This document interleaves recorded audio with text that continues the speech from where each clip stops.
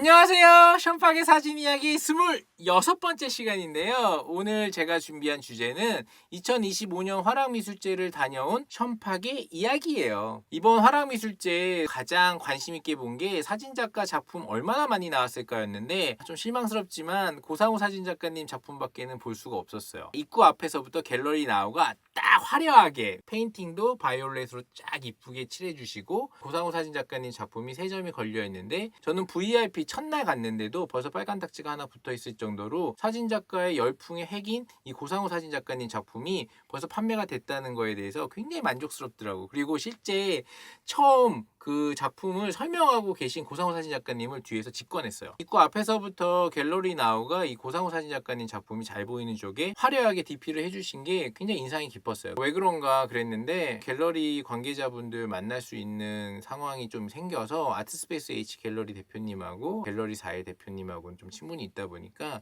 그 부분에서 다른 분들 얘기를 종합해 봤을 때 재밌는 사실이 하나 있었어요. 화랑미술제라고 하는 아트페어가 대한민국에서는 가장 오래된 아트페어로 저는 알고 있고요.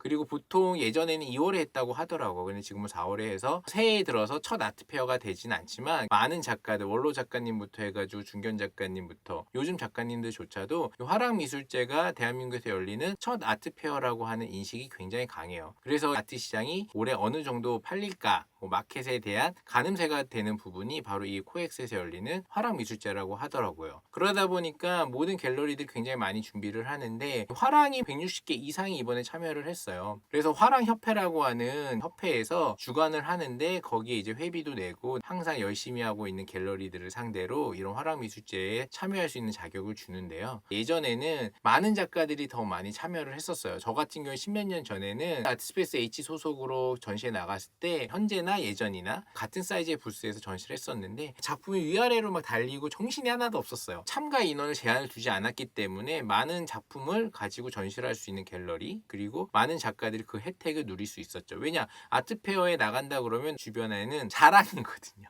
그래서 나 이번에 화랑미술제 나갔어 뭐 이럴 텐데 이제는 참여 작가가 5명 갤러리당 5명 정도로 이제 제약을 두었기 때문에 DP도 너무 깔끔하고 백화점에서 쇼핑하듯이 화이트월 아래 정리가 잘 된 작품들을 보게 되거든요. 그래서 판매도 많이 되고 작가 수가 적어지다 보니까 작가로서 열심히 노력한 사람 중에 대다수가 화랑미술제에 참여를 못한다는 건 좀 안타까운 이야기예요. 사진작가가 이번 아트페어에 참여율이 많이 떨어지는 것 사진작품이 뭐 수준이 떨어진다 이런 것보다는 예전 같은 경우에는 사진작가도 넣고 조형작가도 넣고 판화작가도 넣고 갤러리에서 10명 정도를 막 작가로 집어넣어서 막 이것저것 많이 돗대기샥처럼 팔았는데 이러다 보니까 해외 바이어들이나 컬렉터들이 봤을 때 너무 난잡하고 시선적으로도 좀 정신이 없고 정리가 안 되는 풍경이다 보니까 점점 인원을 줄여서 5명만 된다 보니까 판매가 좀 잘 될 만한 작가 그중에 장르는 회화로 많이 치중이 된다고 하더라고요. 그래서 조각이나 조형 쪽에 되게 인지도 높은 중견 작가님들 아니면 그쪽 협회 이사급이나 이사회에 소속되어 있는 분들이 얘기하는 걸 제가 언뜻 들었는데 이런 조형이나 조각 같은 경우에는 5명 안에 들지 못하다 보니까 후배 작가들이나 동기 작가들이나 주변 사람들이 굉장히 애석해하게 생각을 한다. 화랑협회랑 좀 얘기를 해서 조각에 관련돼 있는 작품은 5명의 이외에 1명으로 좀 취급해주면 안 될까라는 제안을 해볼까 뭐 이런 얘기를 하시더라고요. 그만큼 설 자리가 쉽지가 않다는 거죠. 회화에 비해서 대중들의 인식이 아무래도 투자성에서도 좀 미흡하고 사진이나 판화 또 에디션이 있다 보니까 그걸 정말 관리할 수 있는 작가가 맞는지에 대한 의심도 하게 되고 이런 짧은 기간의 아트페어 시장에서는 판매하는 입장의 갤러리에서는 불편한 게 있다 보니까 운송이 좀 편하고 작품을 직접 가져다가 걸어드리기 편하고 여러 가지상 회화가 좀 음악적으로는 피아노 같은 거라서 대중적인 또 메시지적으로 사람들이 많이 잘 이해하고 어릴 때부터 그림도 많이 그렸잖아요 우리들이. 그러다 보니까 대중성 있는 회화를 판매하는 걸 1차 목적으로 하고 이런 부분에서 이런 조형 관련된 교수님들이나 조각 관련된 아티스트 분들 그다음에 저같이 사진이라든지 뭐 판화 하시는 분들이 뭐라고 할 수는 없겠더라고요. 왜냐 갤러리 입장에서도 짧은 시간 동안 판매를 목적으로 해야 다음에 또 아트페어에 나갈 수 있는 또 체력을 키울 텐데 무조건 이제 조형이나 판화나 사진이나 균등하게 준다는 거는 뭐 학교는 정도는 그럴 수 있겠죠. 뭐 인원을 조금 더 이렇게 분리해가지고 모집을 할 수 있겠지만 이 시장이라는 마켓은 냉정하잖아요. 그러다 보니까 이제 갤러리 입장이나 이제 화랑의 입장에서는 안정감 있게 가져가고 싶은 욕구가 크더라고요. 그래서 정책적으로 뭔가 해결할 부분이 분명히 존재할 텐데, 그래서 이제 조각이나 조형 쪽에서는 5명은 갤러리가 정해주고 무조건 1명은 조형이나 조각을 해주면 어떨까라는 걸 한번 화랑협회에 제안해보겠다라고 얘기를 하시더라고요. 사진 쪽도 좀 그랬으면 좋겠다는 생각이 들어요. 사진 작가도 무조건 1명 정도? 그건 이제 파나 쪽에서도 그러겠죠. 그래서 이런 인원 제한을 준다는 게 인지도가 떨어지는 장르의 예술을 하는 쪽은 피해를 보는 게 당연하지 않나라는 생각이 들어요. 그거를 좀 잘 조율해가지고 많은 작가들이 또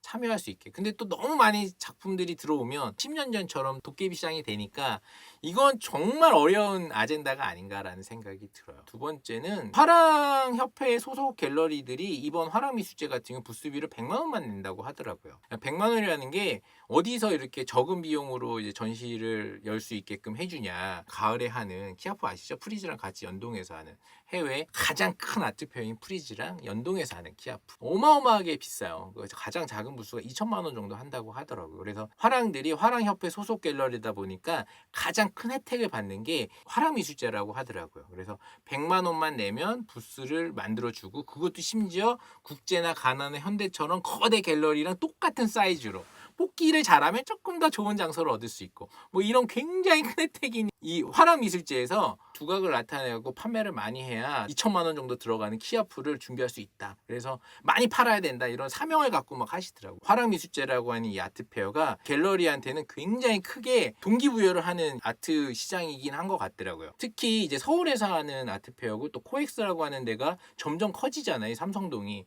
발전도 제일 많이 하고. 그러다 보니까 이 코엑스에서 하는 아트페어의 연초에 하는 최초의 시작을 알리는 아트페어로서 본인의 갤러리가 두각을 나타내고 싶은 욕구가 굉장히 큰데, 그러다 보니까 여기서 많이 팔아서 이제 키아프까지 나갈 자본금을 좀 준비해야 된다라는 게 이 갤러리들의 가장 큰 숙명 같은 스토리가 아닌가 싶더라고요. 화랑미술제의 아티스트 구성이 어떻게 돼 있냐에 따라서 이제 키아프까지 끌고 갈 수 있는 작가가 있고 없는지를 파악하는 부분도 있더라고요. 다른 작가님들 얘기를 취합해 보면 이런 얘기가 좀 나와요. 화랑미술제, 키아프, 서울의 삼성동에서 하는 굵직한 아트페어잖아요. 이 아트페어 시장에서 판매가 굉장히 중요하다. 한 점이든 두 점이든. 아트페어가 지방에서도 많이 열리잖아요. 부산에서 열리는 바마라든지 부산 국제 아트페어라 대구에서도 열리고 뭐 광주에서도 열리고. 근데 거기서는 지역 쏠림 현상이 좀 있다고 하더라고요. 그래서 어떤 작가가 막 솔드아웃하고 없어서 못 팔고.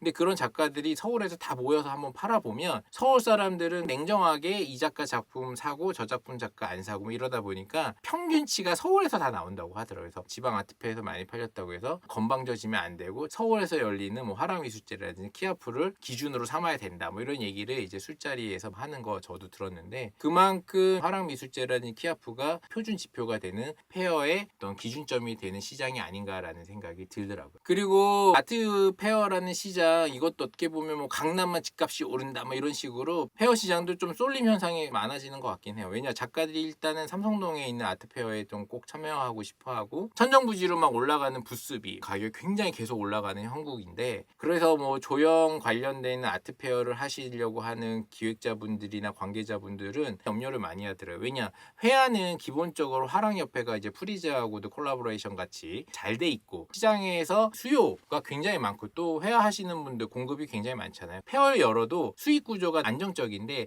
다른 예술 영역을 하고 있는 뭐 사진이라든지 조형이라든지 이런 데들은 코엑스를 덜컥 빌렸다가 망할 수도 있다 보니까 이런 부분에서 굉장히 애로사항이 많더라고요. 그래서 어떻게 하면 이걸 할까. 그래서 제가 좀 귀담아 들었던 게 뭐냐면, 기획자들이나 갤러리나 기관들 입장에서는, 협회들 입장에서는 후원사, 스폰서를 구하는 게 굉장히 중요하더라고요. 이번 같은 경우도 이제 KB, 그 금융회사죠. KB가 이제 신진 작가 뭐 10명을 구성해서 단독 부스도 만들어 놨는데, 그런 것들의 기반 사업으로 은행권이 작가에 대한 발굴이라든지 모든 것들을 신경을 쓴다. 이미지 메이킹을 할 수 있고, 예술이라는 게 그런 게 굉장히 좋잖아요. 이러다 보니까 작가들을 설명해주고 기획해주고 이런 것들 다 외주를 주시겠지만 그래도 KB가 수억을 스폰을 한다는 얘기를 들었어요. 키아프를 수원하다 보면 화랑미술제까지 연동이 되다 보니까, 그래서 다른 협회, 조형이라든지 사진이라든지 이런 데는 과연 그만큼의 큰 스폰을 얻어서 전시나 이런 페어를 열 수 있을까? 힘들지 않을까라는 생각을 하는데, 그래도 어쨌든 간에 화랑이라는 미술협회가 이런 것들을 스타트를 끊어서 잘 가고 있기 때문에 다른 미술 시장도 같이 올라올 확률은 좀 있다고 봐요. 그래서 잘 나가는 형님이 잘 되도록 응원해 주는 거는 뭐 당연한 거고, 중견 작가님이나 기획자님이나 큰 갤러리들은 염두를 하시더라고요. 왜냐, 밑에 있는 후배 작가들이나 자기와 관련돼 있는 사람들이 올라오려면 그만큼 기업 투자가 활성화돼야 되는데, 큰 스폰서, 이런 금융회사 같은 스폰서를 얻을 수 있을까, 이런 것들을 자문을 좀 얻어봐야겠다, 뭐 이런 얘기를 하시더라고요, 화랑협회. 그래서 미술시장이 자본주의 끝판왕이다 보니까 키아프라든지 이런 거 부스비를 그렇게 많이 내고 들어가도 큰 스폰이 없으면 유지가 안 된다는 얘기를 들었어요. 그래서 갤러리들한테 돈을 걷는다고 해갖고 이런 거대 아트 시장이 열리진 않겠더라고요. 아무래도 이제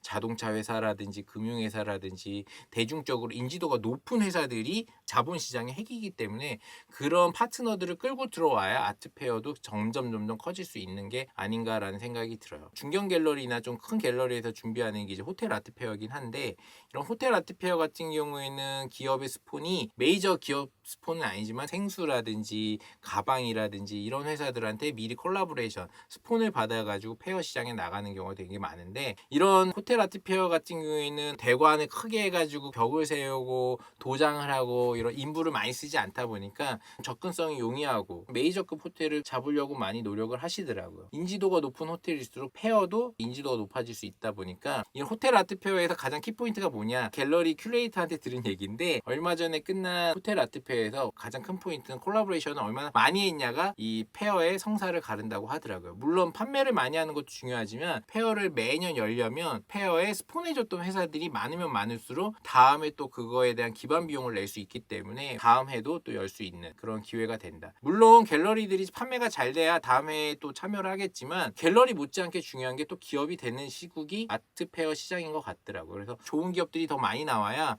이 예술 시장도 점점 커질 수 있는 게 당연하겠구나라는 생각을 했어요. 아트페어에서의 역할을 저는 좀 들을 수 있었고요. 그 다음에 좀 재밌게 본 게 널 위한 문화예술이라는 그 회사가 있어요. IT. 저는 예술경영 지원에서 무료 강의를 3번 했었는데, 작년도에 첫 수업이 바로 널 위한 문화예술의 이지연 대표님, 공동 대표님 중에 여성 대표님인데, 이분이 와서 설명했고 강연했던 게 굉장히 좋았거든요. 그래서 끝나고 우연히 밑에 스타벅스에서 만나고 또 인사도 드리고 그랬는데 엄청 똑똑하시더라고요. 그리고 이 IT 회사가 이 미술시장에 들어왔잖아요. 널 위한 문화예술이라는 회사, 저는 이제 검색도 많이 해보고 실제 구독도 하고 그래서 잘 알고 있는 회사인데, 도슨트 설명부터 해갖고 안 하는 아이템이 별로 없더라고요. 그리고 이전 대표님이 킬링 포인트를 얘기하시면서 하는 게, 저희는 돈을 버는 게 굉장히 중요하다. 그래서 문화예술 관련된 컨텐츠 팔거나 구독이나 광고 수입은 좀 미비하고 작품을 온라인에서 판매하는 거 굉장히 어렵다고 하더라고요. 왜냐, 아트페어도 자주 하고 실제 작품을 보고 사시는 분도 있고, 그래서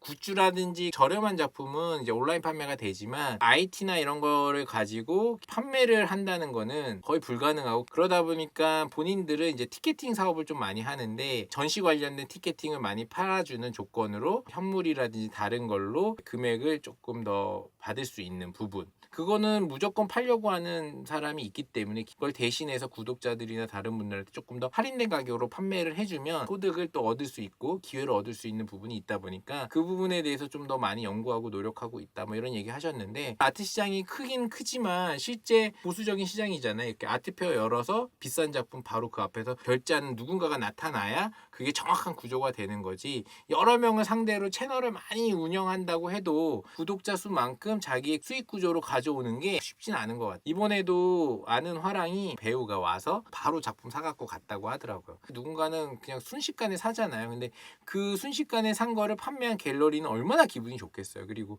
그 수익에 대한 구조가 정확하게 나타나잖아요. 그래서 IT 기업들이 부스를 열고 여러 가지 어떤 부대 행사나 미술에 관련된 2차적인 사업을 아무리 노력을 해도 1차 작가와 갤러리, 그 다음에 구매자가 만나는 그 포인트에 딱 서 있는 사람은 이 하기가 쉽지 않겠다. 그래서 대형 갤러리도 IT 플랫폼 사업에 많이 투자하고 그럴 것 같은데 제가 알기로는 그렇진 않은 것 같거든요. 그래서 이런 널 위한 문화예술이나 이런 것들은 국가로부터 스타트업 투자를 받고 아트페어 시장에서도 입지가 조금 더 높아지고 금융기업이나 여러 회사들한테 스폰을 좀 받아야 더 큰 IT 회사로 성장할 수 있지 않을까라는 생각이 좀 들어요. 그리고 이제 다음 아트페어 시장에서는 어떤 회사가 나타나서 아트페어를 선도하는 회사가 될까 또 궁금하기도 하고요.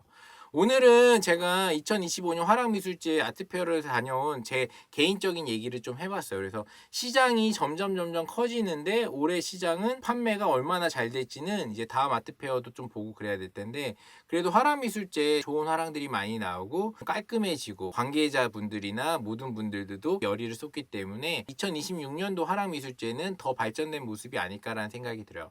오늘 제 얘기가 재밌었다면 구독, 좋아요 좀 부탁드릴게요.